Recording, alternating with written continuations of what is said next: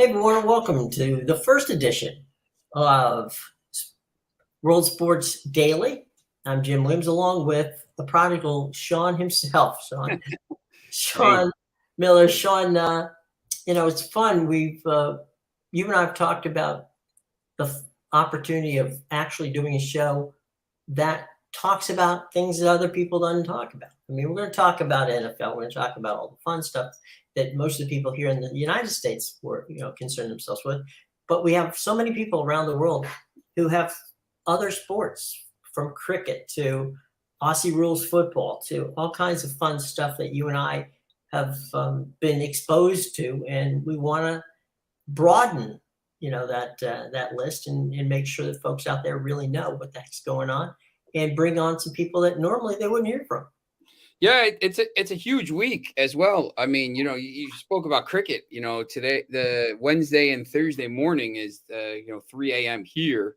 Right. Is the ICC T20 World Cup semifinals. You got New Right. Zealand and Pakistan, India, England. There's a potential for a Pakistan India final, which would be absolute carnage. I mean, Right. these the countries don't like each other, the fans don't like each other, the teams don't like each other. So, in England, New Zealand, England and India don't, they don't really get along. It's interesting. There's that. And then, of course, the NFL, you got NFL tonight, and you got 200 basketball games tonight. There's 200 NCAA basketball games tonight, and there's odds on all of them. So, Oh man, I'll tell you, the interesting thing to me about, and I know the NFL is headed to Europe for this week. There's going to be the Buccaneers play early on Sunday morning in Germany against against the Seattle Seahawks, and that ought to be an interesting situation.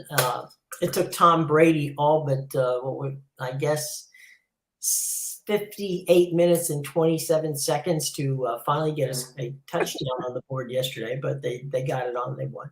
But it's going to be a crazy week, and let's talk a little bit about some things from yesterday in the NFL. And then we'll talk about some very important stuff with the draw that you were talking about earlier.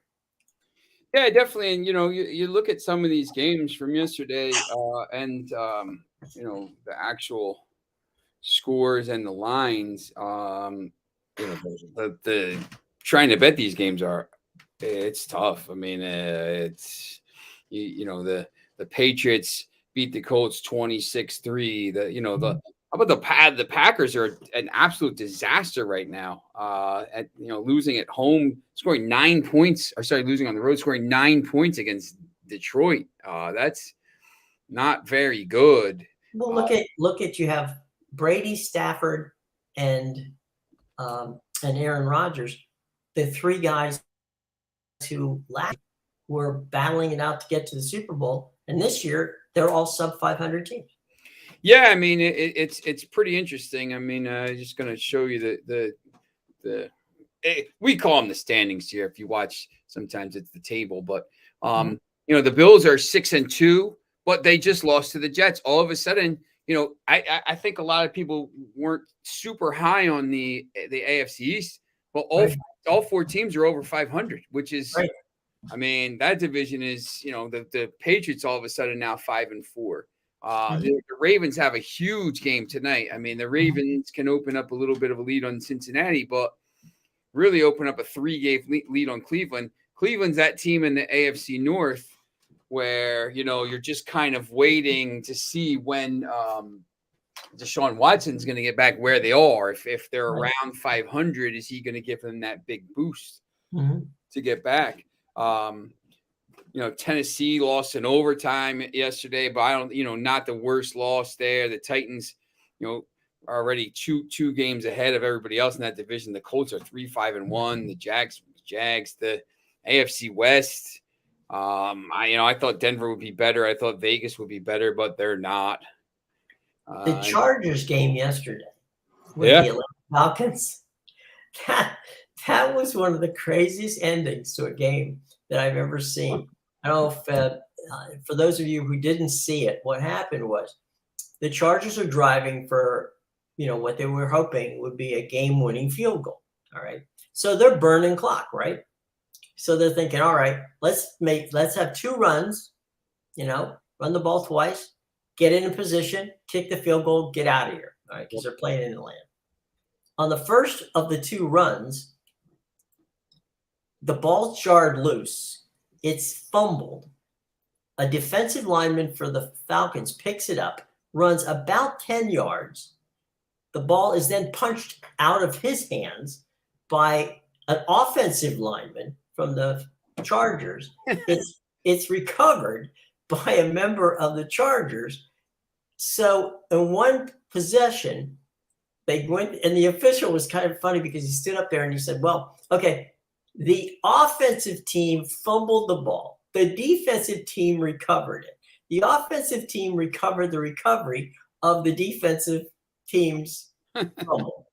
And so they ended up 20 yards, about 20 yards back from where they were going to try to kick the field goal. So that suddenly now the run's not going to work.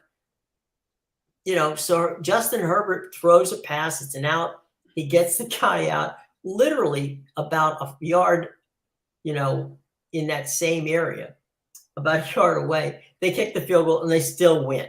But it was not as easy as it came out. The Falcons lose, the Chargers win. And the Chargers right now, they're they're second place in the West. 5-3, yeah, and you start to look at the AFC. I mean, you got the 4 AFC's teams, the 2 teams in the North, probably just the Titans, and then the 2 teams in the West, really just 2, 3, 4, 5, 6, 7, 8, 9 teams battling maybe for 7 playoff spots.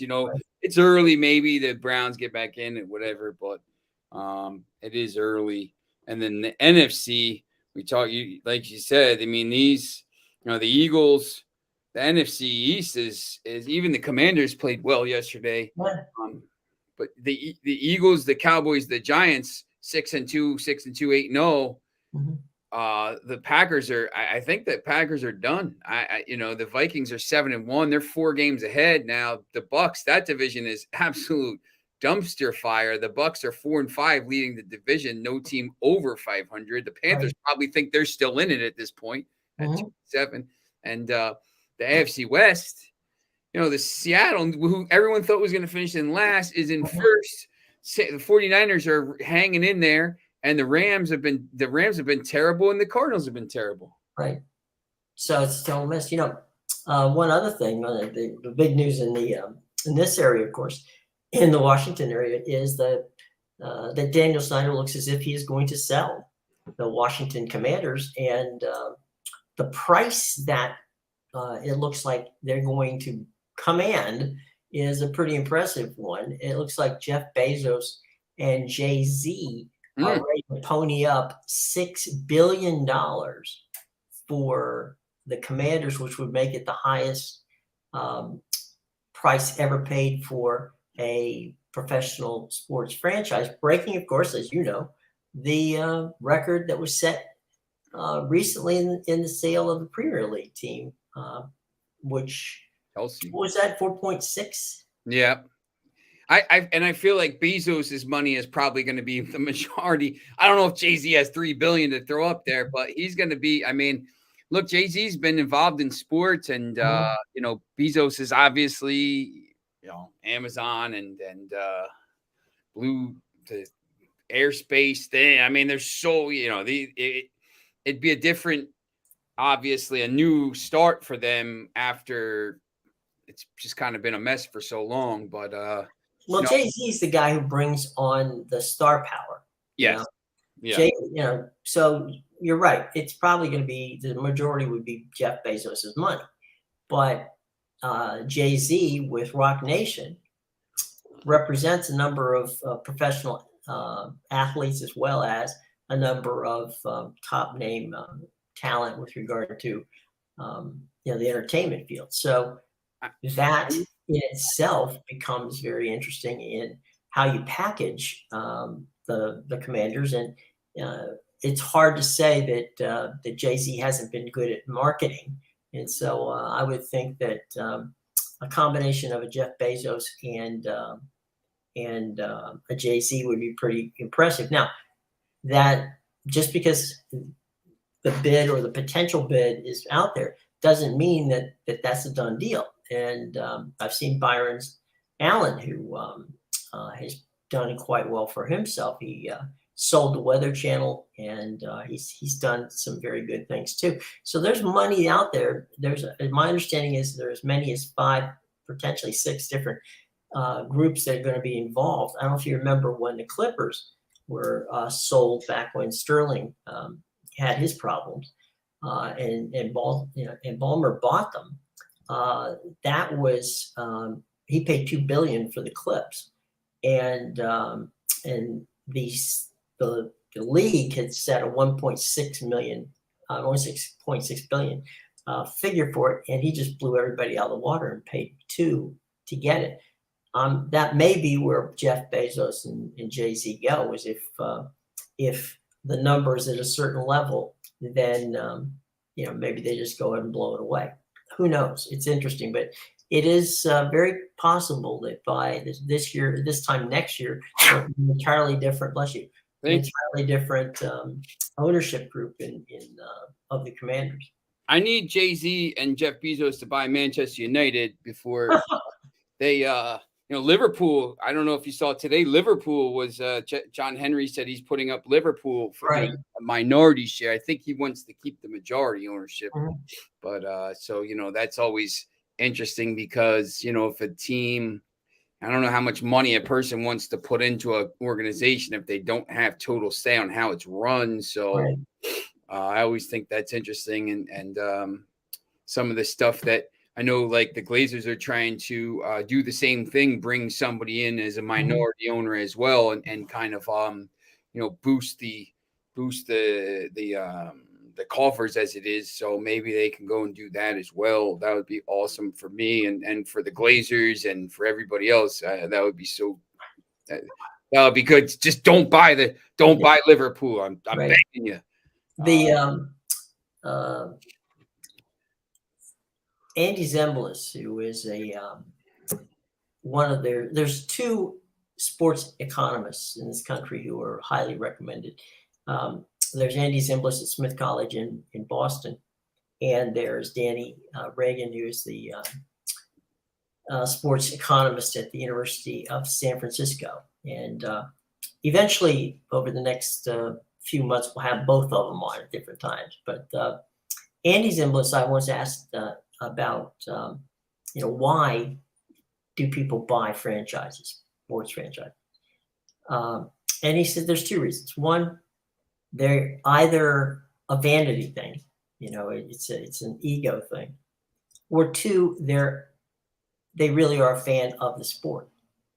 And he said of the 2, the ones who are the most successful are the ones who buy it for vanity, because the ones who are invested from standpoint of being a fan tend to gum things up.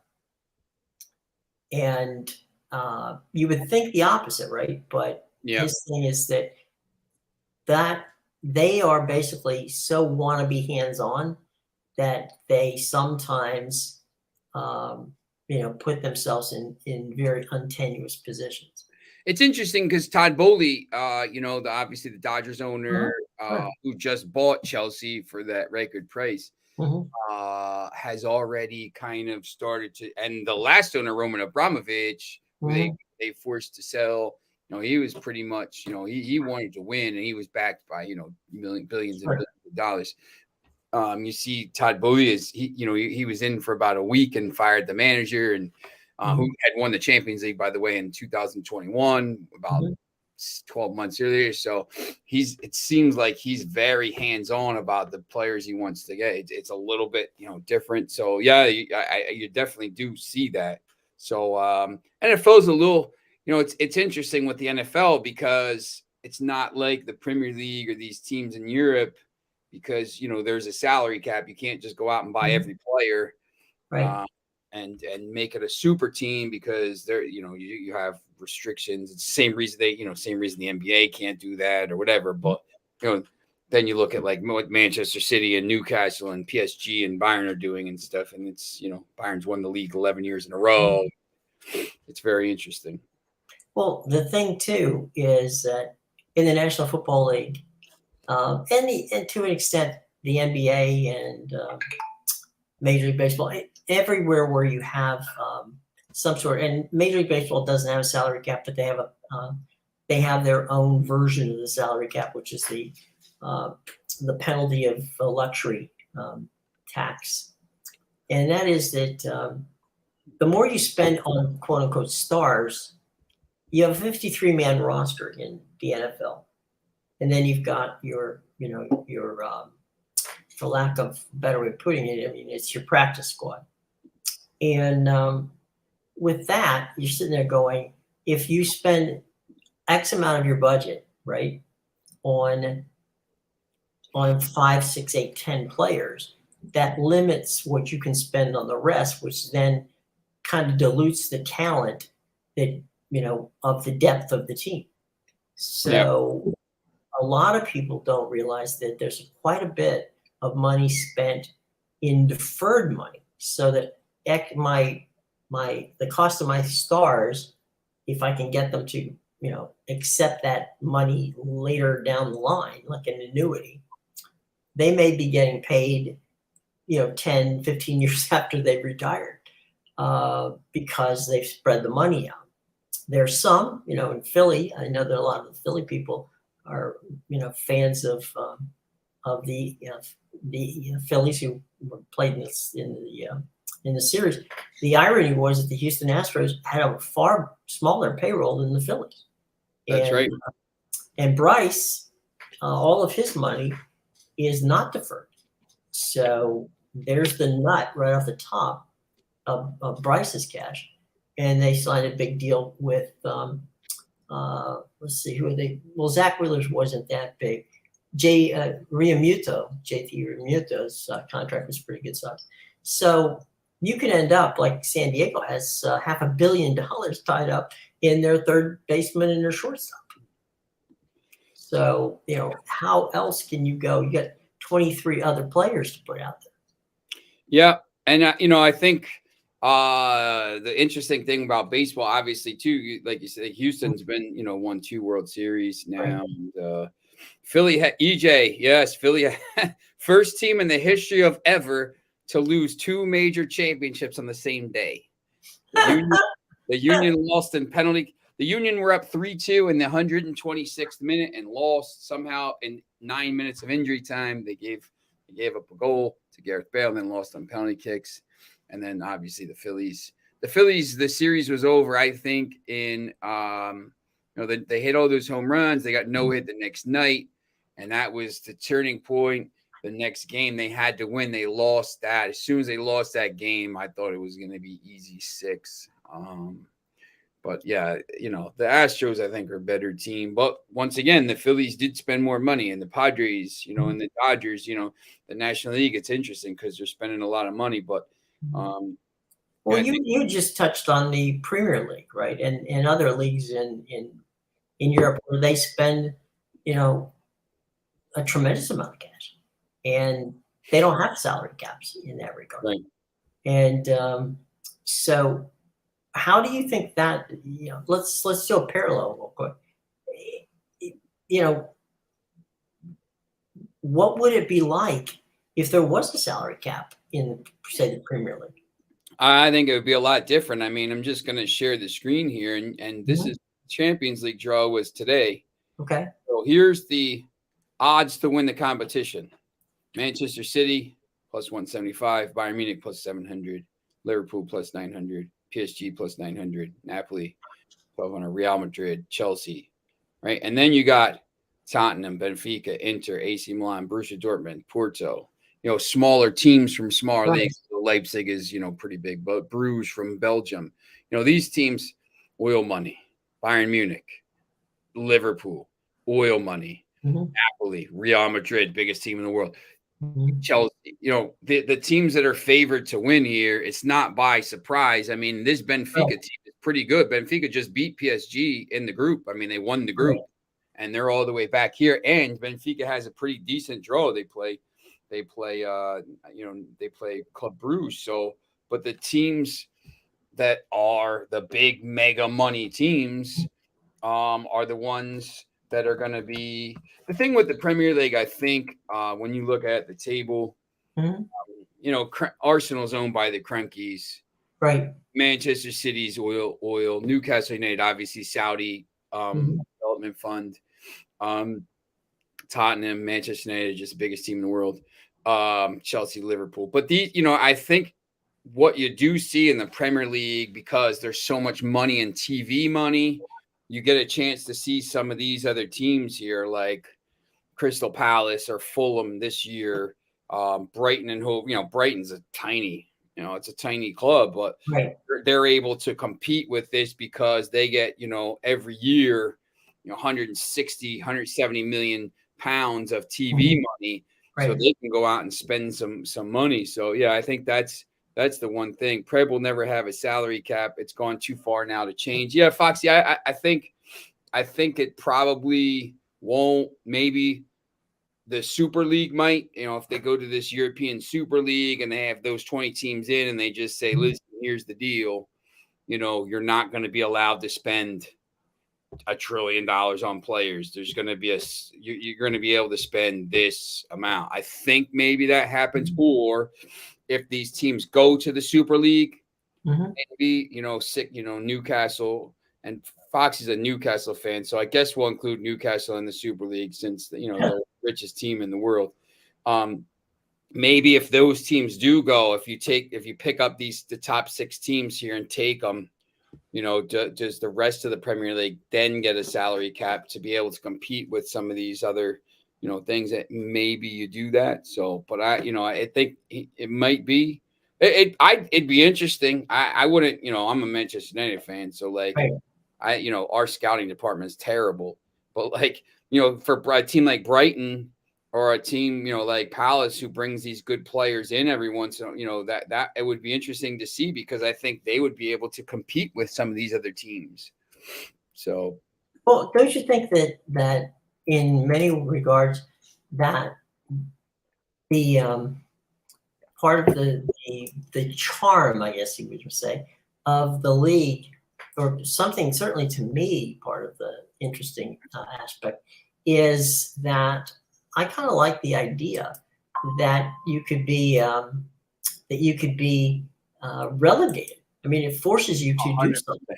100%. That's the problem. I think that's the problem everybody has with the MLS.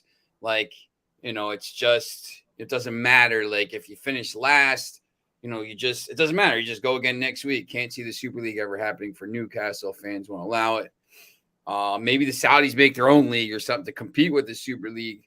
Foxy, I'll tell you, Foxy, I'm going to talk to the, it's interesting. Maybe we'll see what happens. I think they have some pretty good sporting ideas. So, obviously with LIV golf and stuff, to have some competition, but, you know, it's the MLS and the leagues here, you know, they just pay so much for the franchises that they don't allow it. But it's just this, like, I think it's this ingrained thinking, and people always are saying, you know, there's always the people there fighting. You know, I rate the soccer stories and they'll say, you got to talk about promotion and relegation. I said, look, it's like a waste of my time. It's never happening. It's not happening. Like these teams in America, you pay $250 million for Austin FC or inner or however, you know, whatever. And then, you know, the teams in the, you know, the next division down, MLS Next or USL Championship, those, you know, the guys are making like $10. Like they're not, you know, they're not worth anywhere near. So, you know, the guys are, the people are going to protect their investment. I mean, that's just how America is.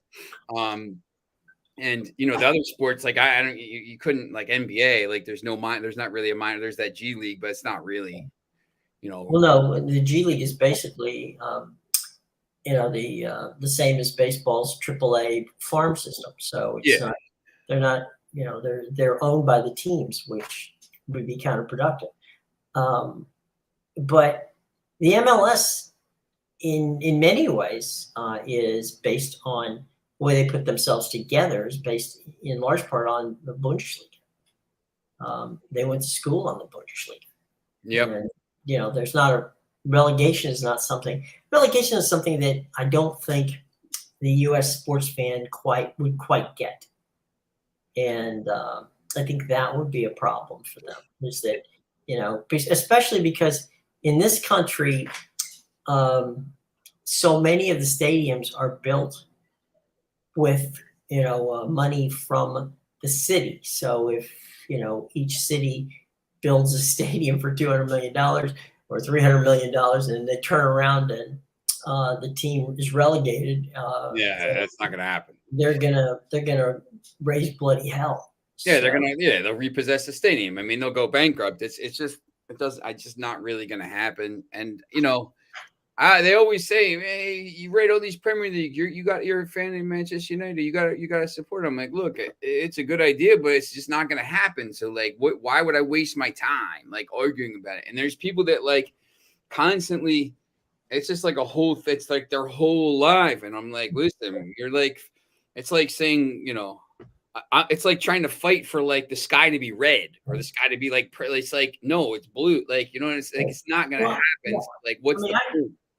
I started soccer with the NASL. Yeah. And we're talking about the Cosmos, the Rowdies, the, big time at NASL.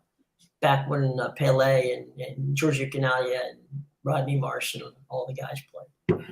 And I honestly think, had that Gulf and Western not screwed it up, that there might have been a pretty darn close to a Premier League in the United States if that would have been left to grow organically.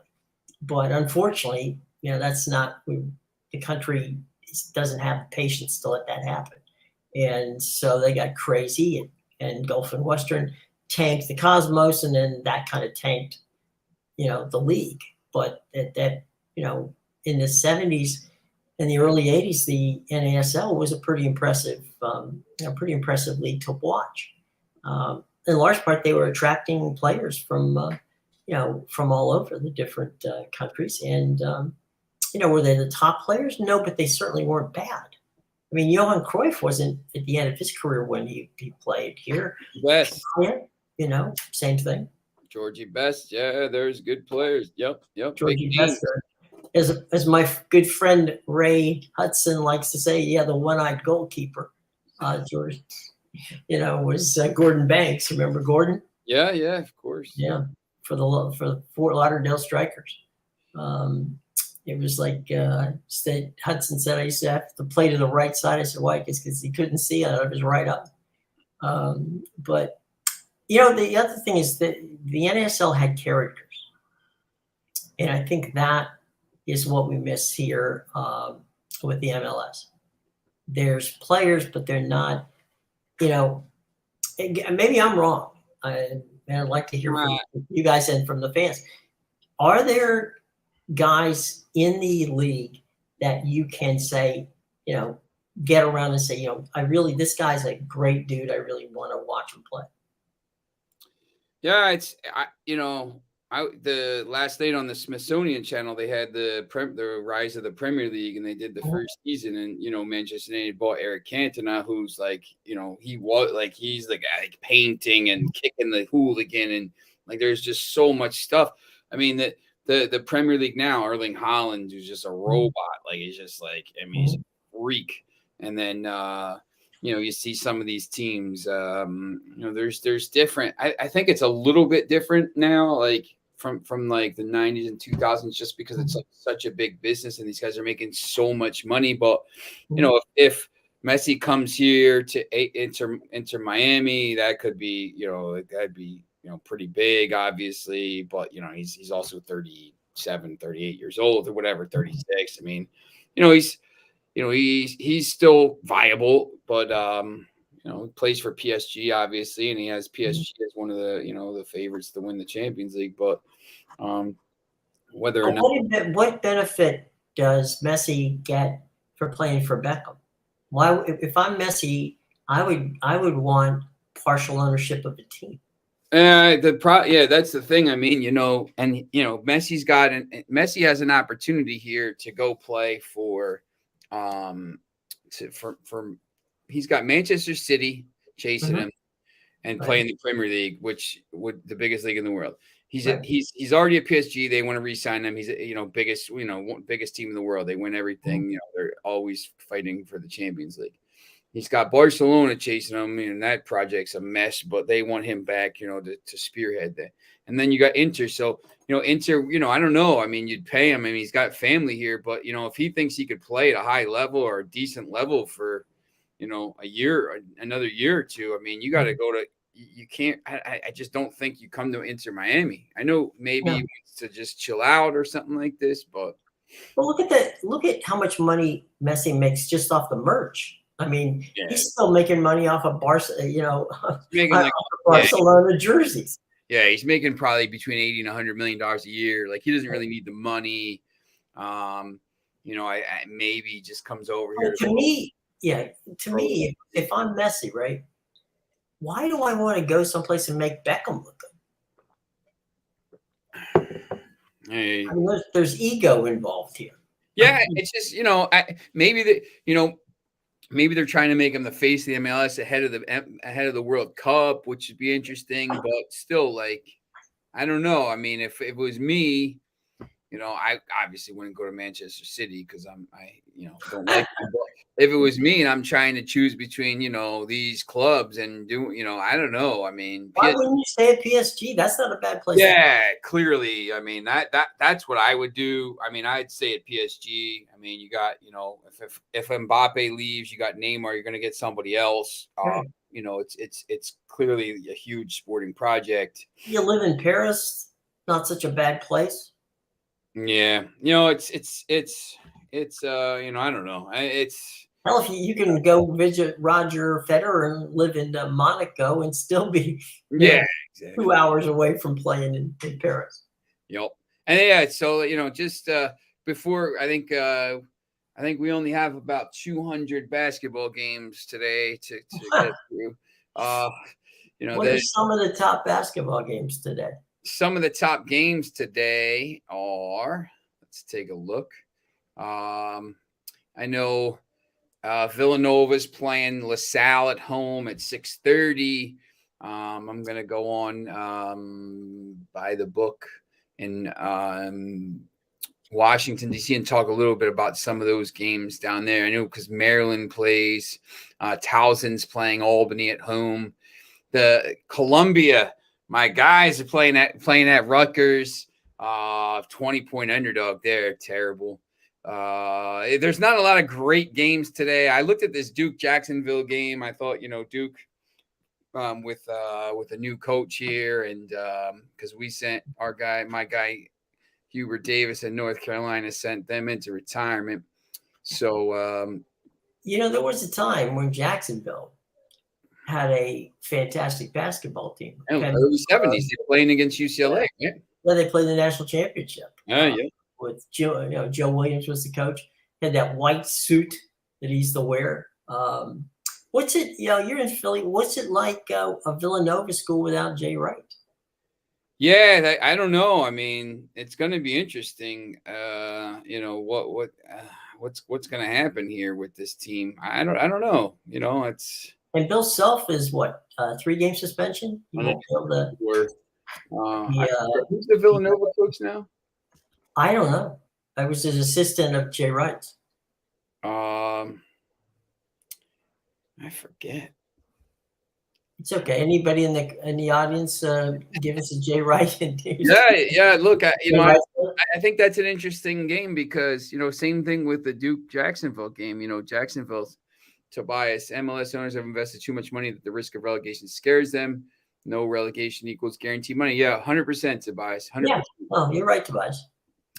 And they got that deal. They just got the deal from Apple TV. Yeah, they don't want to screw with that. Yeah, yep, and they're going to bring, they're actually trying to bring more teams in. That scares me.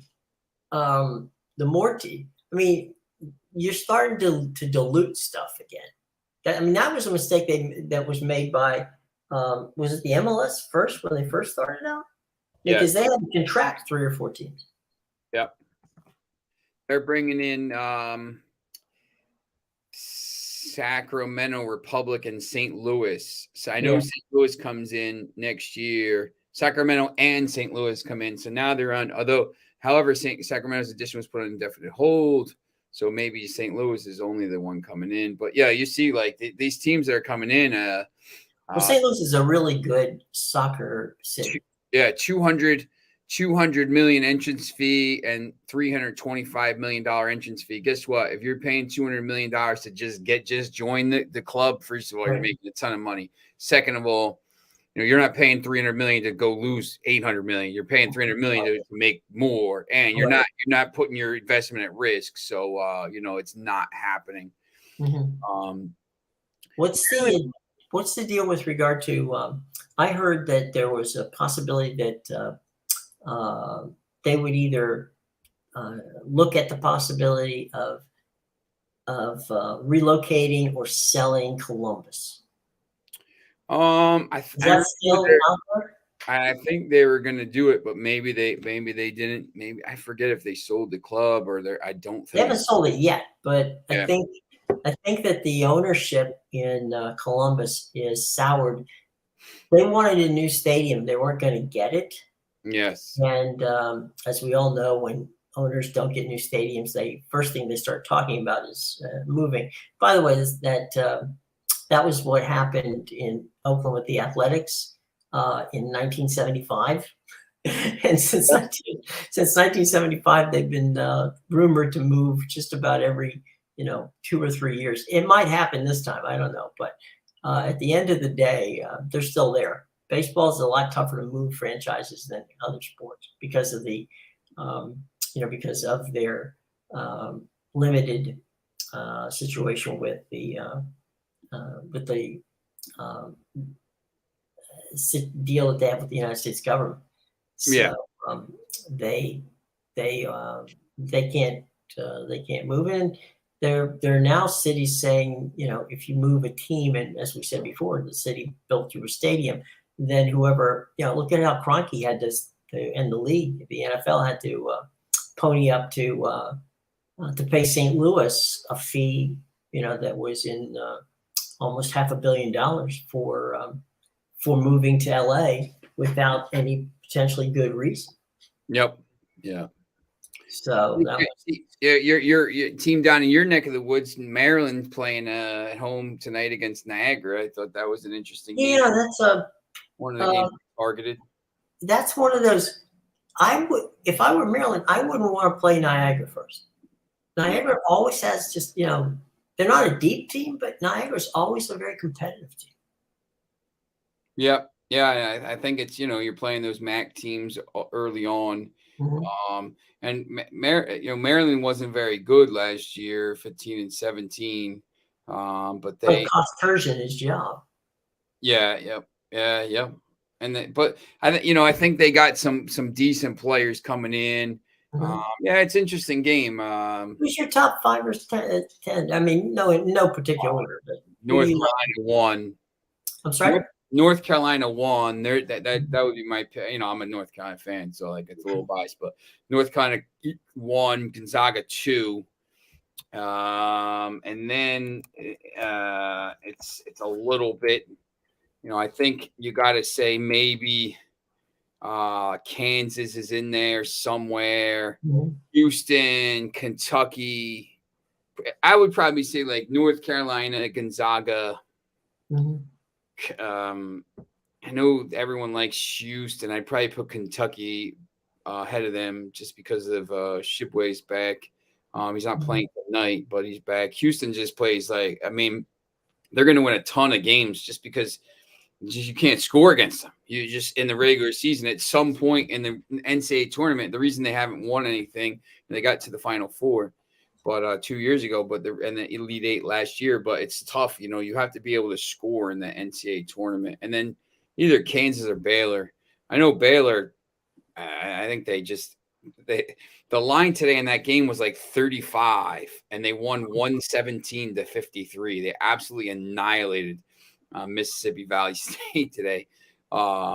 It's 6 players and double-doubles. They're very, very good. And remember, 2 years ago, national champions. So right.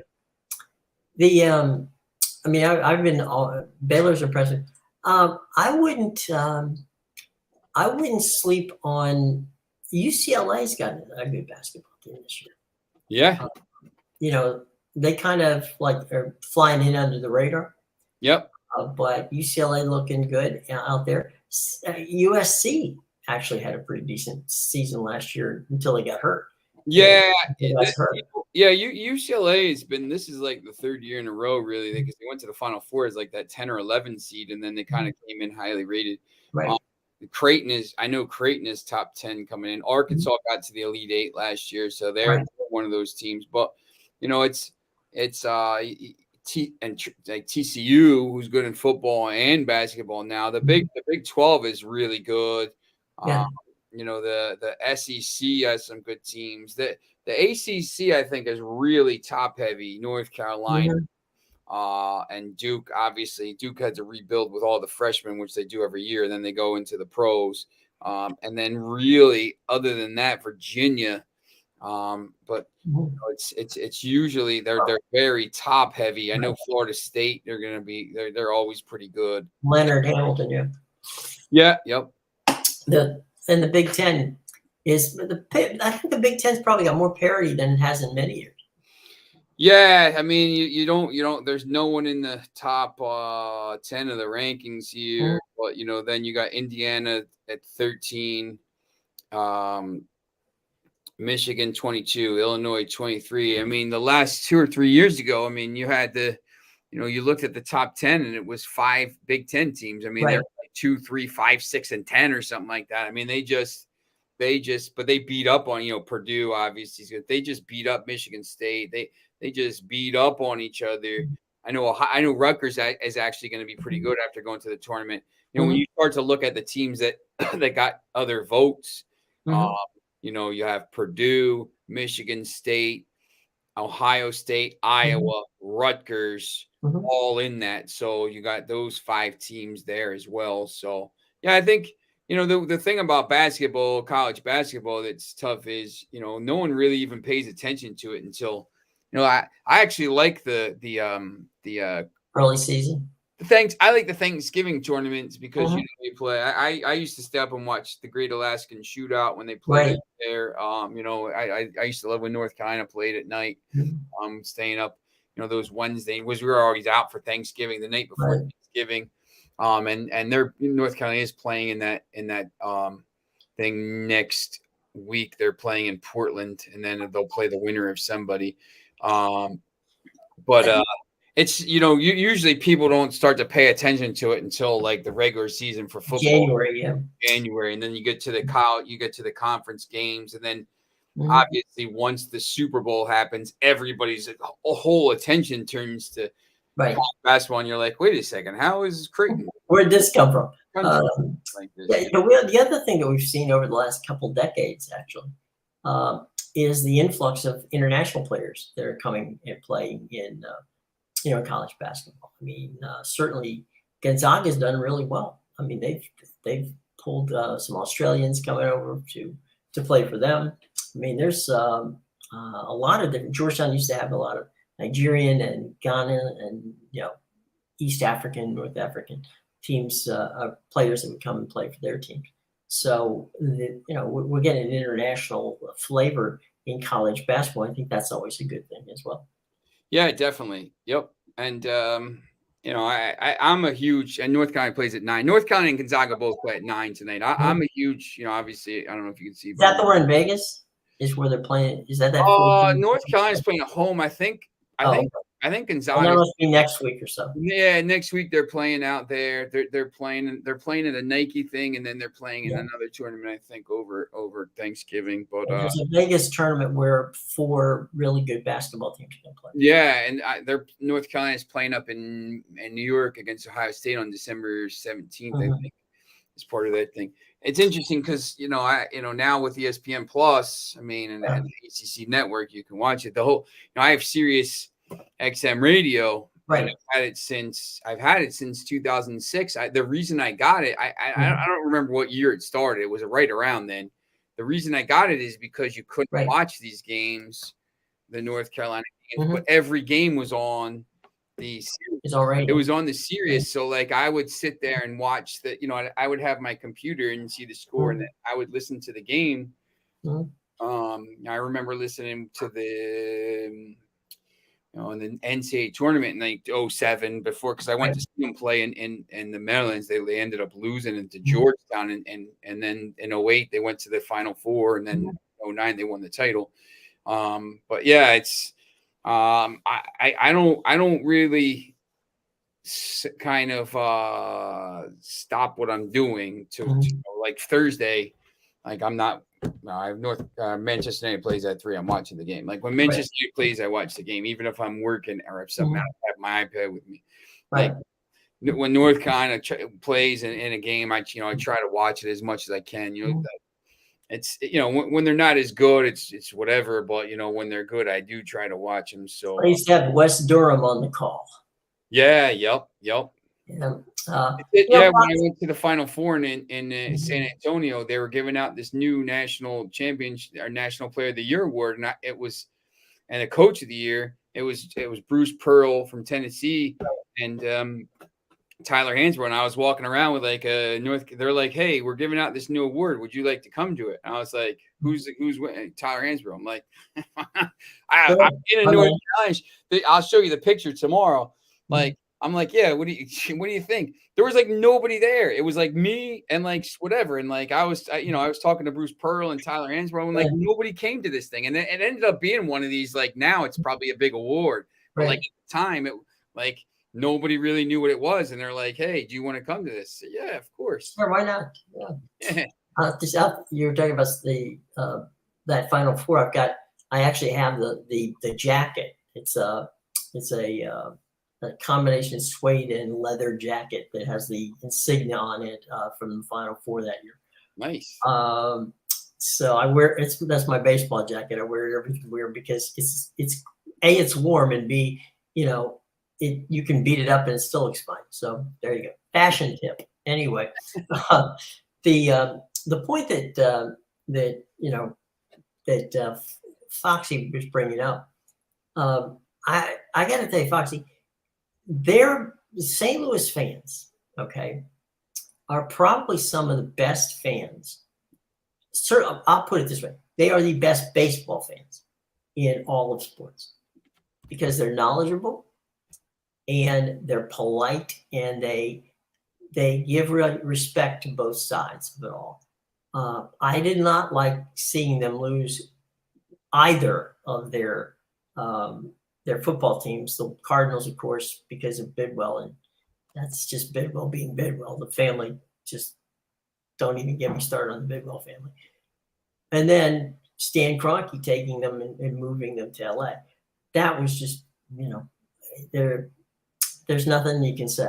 I mean, St. Louis has been used pretty badly by the NFL, and certainly, as I say, they've got fantastic fans in St. Louis, and I hope, and it's a great soccer city. So I hope that they enjoy their soccer. And I was surprised, to be honest, it had taken so long for St. Louis to get a soccer city, because there's some really good people that. There's a Ricky Davis who back in the day came out of St. Louis, and EJ did some research here, part of the research department. He's talking Villanova, Northern Kentucky. He's taken Villanova, Northern Kentucky, Siena, Duke, and the Ravens. That's an interesting group of teams tonight, EJ. What do you think there, big guy? Yeah, I like the Villanova game. I don't know who Northern Kentucky. I have to look and see who they're playing. I do like Duke. I think the Ravens. I thought Siena lost a lot of players. Yeah, they're just so very, they're so well coached. They're at Holy Cross too. Siena -3.5. That's interesting. I just saw something online about University of Tennessee Martin against Pittsburgh, and Pittsburgh's best players out, and the line is 8.5. I don't know what time that game is. He said take UT Martin, so I thought that was pretty interesting. Right here it is. What was Pitt giving? It's 8.5. Yeah, it's 8.5, and Pitt is missing Let me see if I can find it. I got this Real Madrid. I need Real Madrid to win here. They keep giving up goals. That's not good. 2-2 at halftime. John Hughley is out. So why is Tennessee Martin? This is Mike Randall.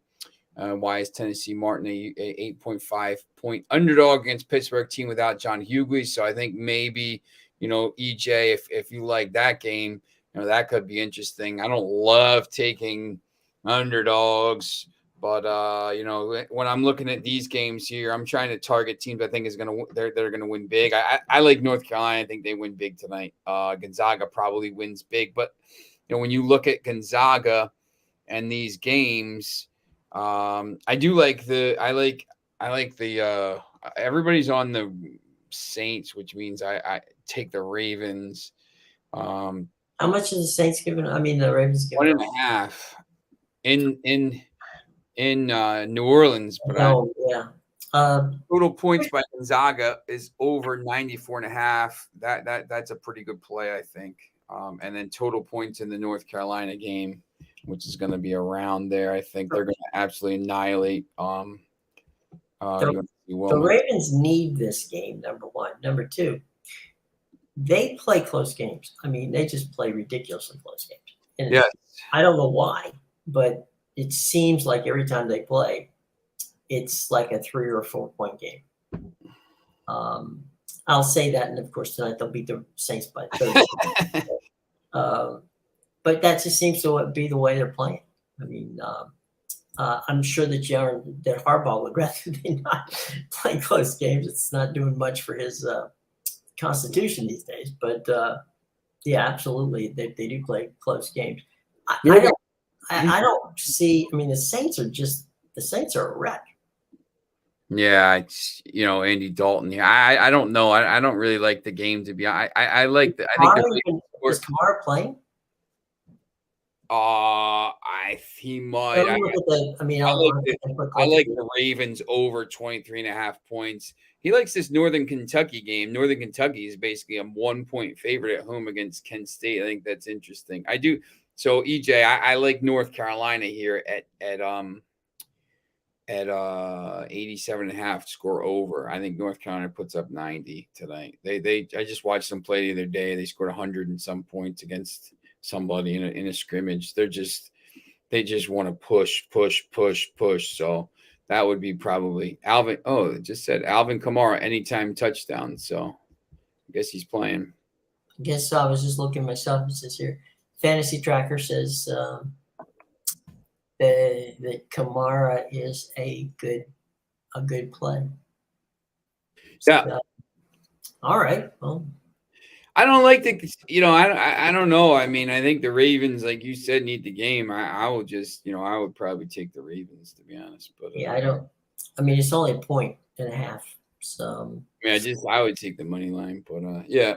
So so that's get yourself in trouble there. Yeah, yep. I just or take the Ravens. I think they score some points tonight. But let's put a bow on NASCAR. And okay. The season ended yesterday in Phoenix, and it was a Penske win. Ford with Joey Logano and piloting the car.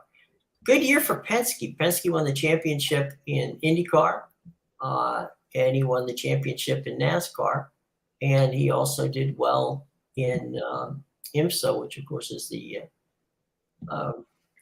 international, the folks who we all know from the 24 Hours of Daytona, 12 Hours of Sebring, 24 Hours of Le Mans. So it's been a good year for him. Joey Logano took home, that's his second title in 5 years, I think, for Penske. Yep. And Jersey guy, yeah. So Joey Logano gets the title. Penske gets the title for Ford. And our hearts and prayers and thoughts go out to the Gibbs family, who lost yet another member of the family this past weekend. And sorry that the coach lost his other son. And of course, Ty Gibbs is an up and coming young driver for in the Xfinity series. He'll be driving perhaps if he's lucky in NASCAR series next year. But sad to see about the Gibbs family losing yet another fun son in Jay Gibbs. Thing this weekend. And it was obviously not something that anybody had heard or thought about happening. It was rather sudden. So sad news out of that part of North Carolina with the Gibbs family. Joe is really, Coach Gibbs is a truly fine person, and respect to him in regards to the family on the passing. But a new next gen car, we'll have to see what the 2023 next gen cars are like. I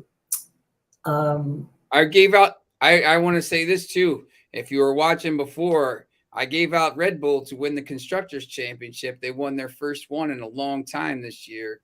Verstappen won the title by a lot, but Red Bull won 16 races and had 26 podiums this year. So what do you think? Is Red Bull going to make the change from the engine of the Honda to Porsche? I don't know. They haven't decided yet, but it's hard. You just rolled off that they won 16 races. It would be hard to go. I don't know. If I was them, I would just keep the Honda in there. It looks like they're going to go back to Honda, but I'm not changing too much. They were dominant this year. That's the problem. Porsche's coming in, and it's just I don't know. So Honda's supplying the engines. I think they made the decision just. It'll be hard after winning the title and winning 16 races. Oh well, let's just change things up and put a Porsche in there. Yep.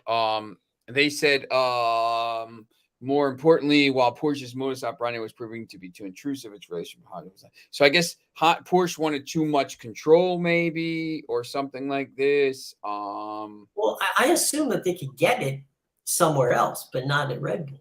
They said they're going to build a power unit in 2026. So by the time we have the World Cup here, they should have a 2026, and that's when it's going to be hybrid power, which is going to be interesting. And the Formula E and all this other stuff. Yep. Well, it's getting about that time. Some final thoughts before we move on out of here today, boss? Foxy just he was thinking this year to get into college basketball, but Foxy, there's not 100 games today. There's 200 games today. Listen, it's early in the season when you start to kind of see who's gelling and stuff. I think that's the way to go. But yeah, look, it's like soccer. It's there's games every day. There's multiple games every day. It's not like the NFL or like some of these other sports where there's a maybe an NBA, there's only a couple games at night and they're not really kind of bettable. The college, you can find some games. It's like soccer. Like Foxy's an expert in South American football. Oh, okay. He's our South American guy. He's down there in South America. All right. So, Foxy, good to know. Yeah, yep. He knows down there in Brazil. Everything about Brazil and stuff. But yeah, I'm excited to just kind of talk about all these different things. And first day here, and we're gonna have all different kind of stuff on. So different programming. And if you're watching and you tell think your friends. Tell your friends. And if you think maybe you have what it takes to come on Capital Sports, let us know, and we'll bring you on. We'll get the other thing too is talking about Foxy talking to you a little bit about college basketball here. I'll give you this tidbit from someone who used to direct a lot of college basketball games. The worst time to pay attention to weather, pay attention to weather a lot, because unlike college football, where people travel by chartered airplane, that is not the way college basketball works. College basketball is a get on a bus and drive. And sometimes when you look up and see that it's snowing and you're waiting, you're seeing buses and traffic going nowhere fast. Sometimes it's difficult. So check out I would say from December through February, always look at those teams in the Midwest or, out in New England, all over the place. Traveling can be difficult at times, especially among those smaller schools that are, the ones that you truly like to get involved with. But when you're sitting on a bus for 10 hours instead of 4 hours or something like that, it affects your play, and so it bores you.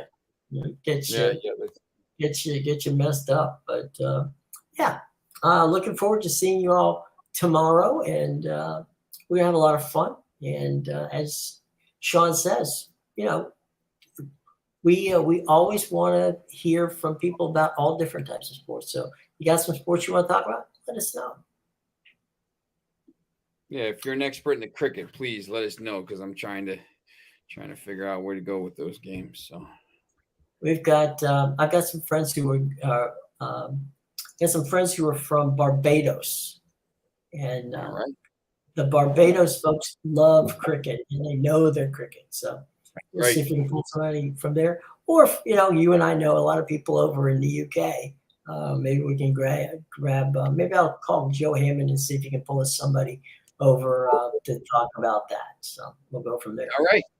So any final thoughts, guys, before we go? Okay. Well, thanks for joining us, and we'll see you tomorrow, same time, the same station, right here.